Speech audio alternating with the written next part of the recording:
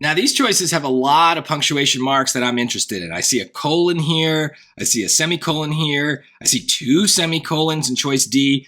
This is very odd. That's weird to see multiple semicolons. And so I got to think about maybe there's some of those like weird exception things going on here. I also see if I just quickly glance at the sentence, there's another semicolon here. So remember our main semicolon rule, the one that works 98% of the time, is that a semicolon is the same as a period. The use of a semicolon is to separate 2 complete sentences, 2 independent clauses, just like a period. They're identical. But it also has this kind of rare use that doesn't come up often, which is that a semicolon can also be used for a complicated list.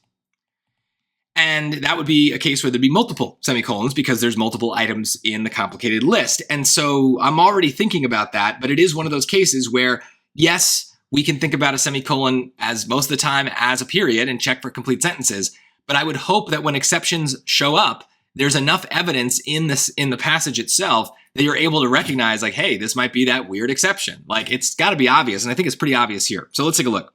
Using natural debris such as dried leaves, man-made trash such as plastic bags, and more traditional art supplies such as tree glue, Ghanaian, I don't know how to say that, artist Ed Franklin Gavua creates his striking, oh my God, African masks, which he hopes can help viewers rethink how waste is used in their community. So all the difficult voweled names aside, I already had trouble reading this list. I'm having trouble figuring out what is part of the list. And so that's a classic case where, hey, semicolons might be helpful because it's hard to follow what the items in the list are. So I see 3 things, I think. Using natural debris, such as dried leaves. I'm just going to use choice A just as a placeholder. Okay, so that's one thing, right? And there's the thing itself, natural debris, plus a quick example. And then we have the next thing in the list. Man-made trash, such as plastic bags. That seems like item number 2. And then item number 3, and more traditional art supplies, such as tree glue, right? I see the rhythm, the pattern. English is, writing English is really about that, maintaining patterns, especially in lists. So I see it here, using natural debris such as dried leaves, man-made trash such as plastic bags, and more traditional art supplies such as tree glue. Ghanaian artist Ed Franklin Gavua creates his masks. Okay, so I get it, and now I need to make sure I separate things in the same way that I did with these colored highlights, right? So the such as needs to be attached to the previous piece, right? Notice all those such as clauses are attached to the thing that they are such asing, that they are examples of. And they're attached with commas.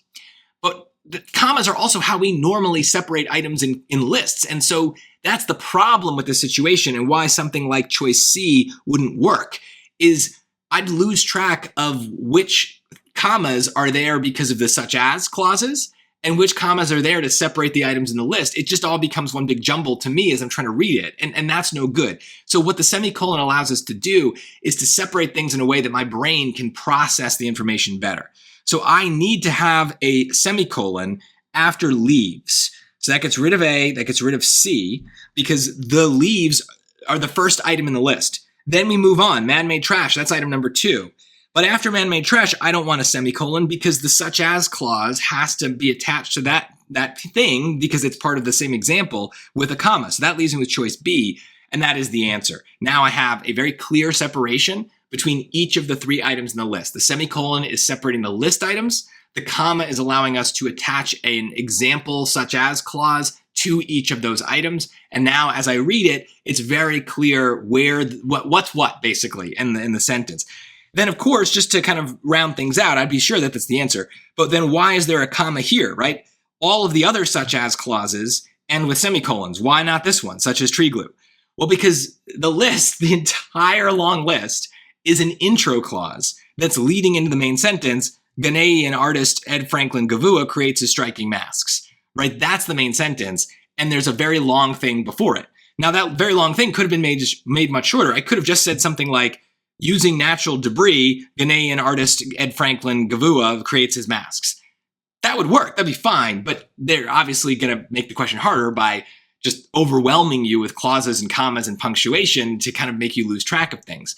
But if you are working on a punctuation question my advice is pay attention to the punctuation that's not part of the blank. It's always important, right? A sentence is composed of lots of pieces. The hardest punctuation questions are about us figuring out how the pieces fit together. You have to look at the other pieces of the puzzle to know what's going to go in that spot. So it's really important to look at everything. I think that's what makes it obvious that B is the answer from the start, is just looking around. You see there's other semicolons. You kind of sense, oh, hey, this is like a list. This is weird. It might be that weird exception thing for the semicolon. Now that gets your brain on the right track. And now you have a task.